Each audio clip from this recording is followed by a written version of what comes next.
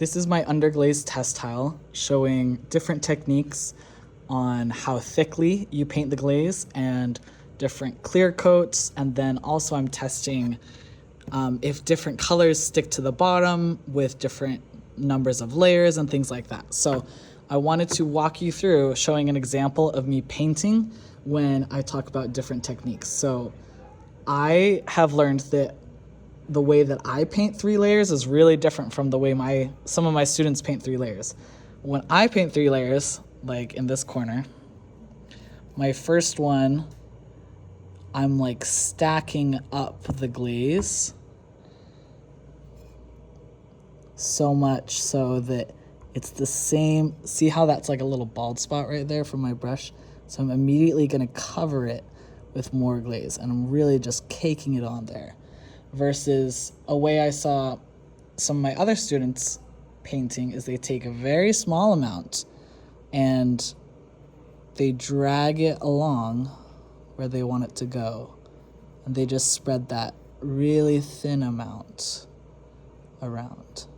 So I think that's gonna get us very different results depending on if you paint 3 layers with the blob technique or 3 layers with the stroke technique is what I'm calling it. So here's another example. I'll give you another side shot of that. This is me blobbing it on. So I'm using a lot more glaze and just really making sure that I cannot see the clay underneath that layer as I go. And then again with the stroke technique, I'm taking much less and I'm just dragging it out. So even something like that might be your first layer. Let me show you the back. Okay, here's the back side. We're gonna do the same thing, but with a different shape project so you can really see the differences between the two. So this is just me laying out one stroke of purple. And to me, I'm like, this is driving me crazy because I can see the clay body through it, but this is technically one layer. Just dragging it out. Okay, and then if I circle around to over here, this is my blob section. So the way I do it is I'm really stacking it up and using just the tip, the very corner of this square brush, just kind of trailing it along as I go and making sure that it's really opaque and shiny the whole way.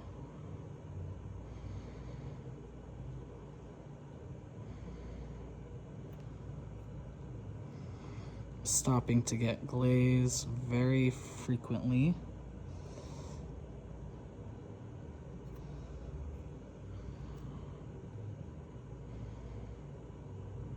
Kind of tapping it in as I go,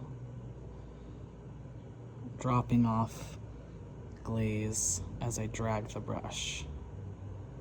But I'm not hardly touching the ceramics at all, because when you add a lot of pressure from the brush down towards the ceramics, that's where you get that streak and it actually pushes the glaze out to the corners. And so my idea is just kind of letting it fall off of my brush as I go. This is that first layer when I would say it's dry enough I can do the second coat. This is the stroke technique. So I'm taking anything that spills out of the brush and I'm pushing it along.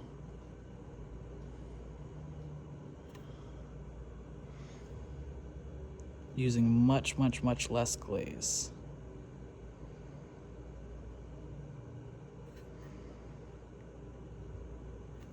There. And here is my blob layer. You can see some parts are still a little shiny and wet, but I say it's good enough to keep going. Really gonna stack it on.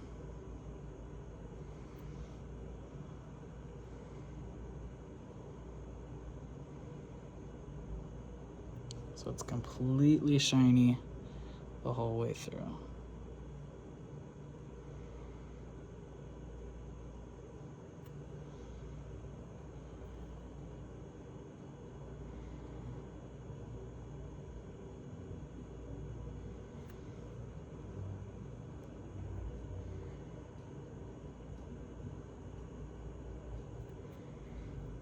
is.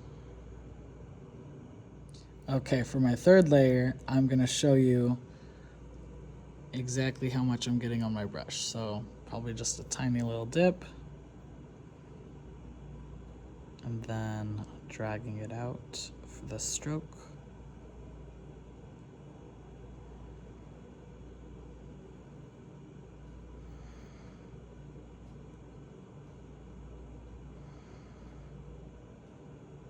Okay.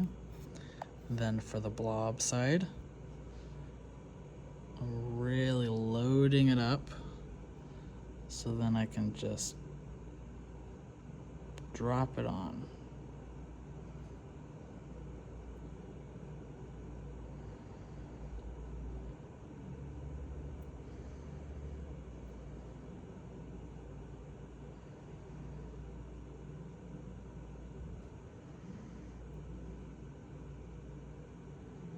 Now I will say that the blob technique really does take much longer to dry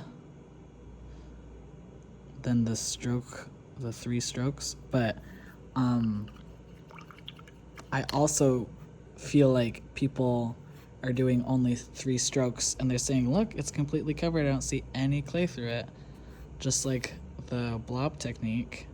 But you could tell as I was painting that first layer that there were lots of patches underneath, but now that it's dry, it looks completely covered. But I just wonder if once it goes to the kiln, it might show up really streaky versus this. So we'll see.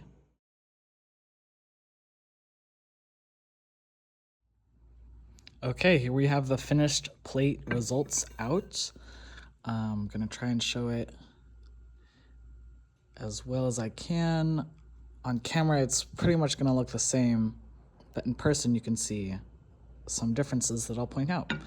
So let's talk about comparing the columns of the technique. So the blobs versus the stroking.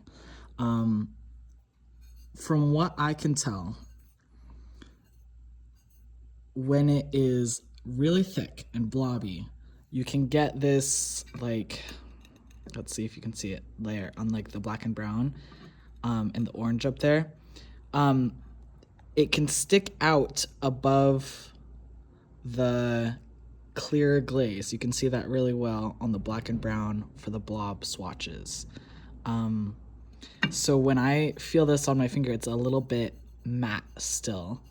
Versus when it's just stroked, it's really nice and even.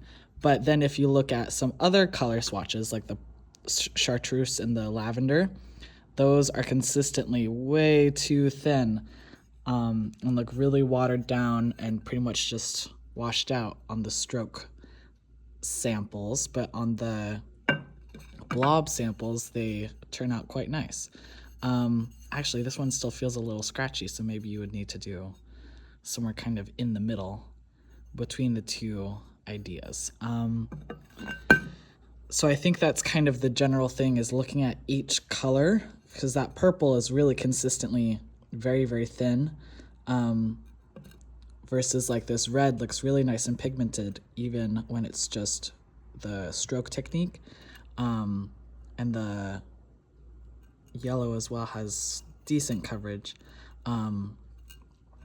Yeah, and so I think that technique-wise, I would say do steady, even coats, but you don't have to pile it on quite like I did, but just make sure when you're brushing across and spreading out the paint that you're not leaving it piled up in these stroke lines, because you're going to see that in the end result.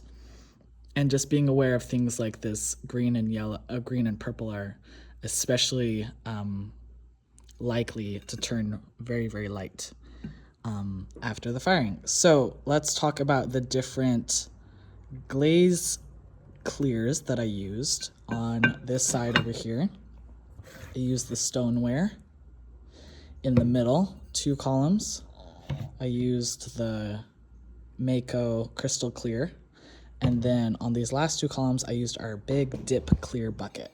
So they all did a pretty good job. I would say you can especially see from this angle that the dip clear has a little bit of that fogginess in the background. You can see it from far away, like it kind of has that kind of it evens out all the little speckles in the background. So if that's something you like or you don't, you can look towards this one. But I am guessing that if you had a much more detailed design, not all these squares, that it might interfere with that a little bit. So this is kind of my third choice on those. And then between the stoneware and the Mako, those 4 columns on the left, I would say they are pretty comparable. When you look at this in person, the 2 columns in the middle, you can see that grain of the background the clearest. And so that is why the Mako S2 101 is my vote, because it has the least likely fogginess in the background. But over here, it's not so bad either. And it's kind of unifying in that way. So just look at these closely and then take your pick. Let's talk about the back side of the plate, where I tested doing 1 stroke across, 3 strokes, and then 3 layers of blobbing. And I was trying to test how much it would stick to the kiln shelf, and if it depended on which color or not, and then if wax made a difference on it, because I did dip, so I did wax this side of the plate, and you can see that there was still a little bit of sticking. So I don't think that wax really makes a big difference. I do think that having 3 blobbed layers was really crucial to these big sticks here and here.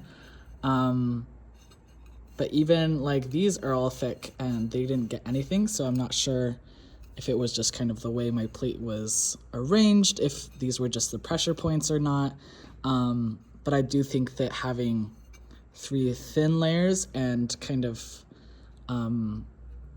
being okay with a little bit of thinness on the purple and the yellow and the green is worth it, compared to doing really, really thick layers to get that opaqueness, but then having these big chips on there. Yeah, so if you have any more questions, you can message me and you can look at this in our studio.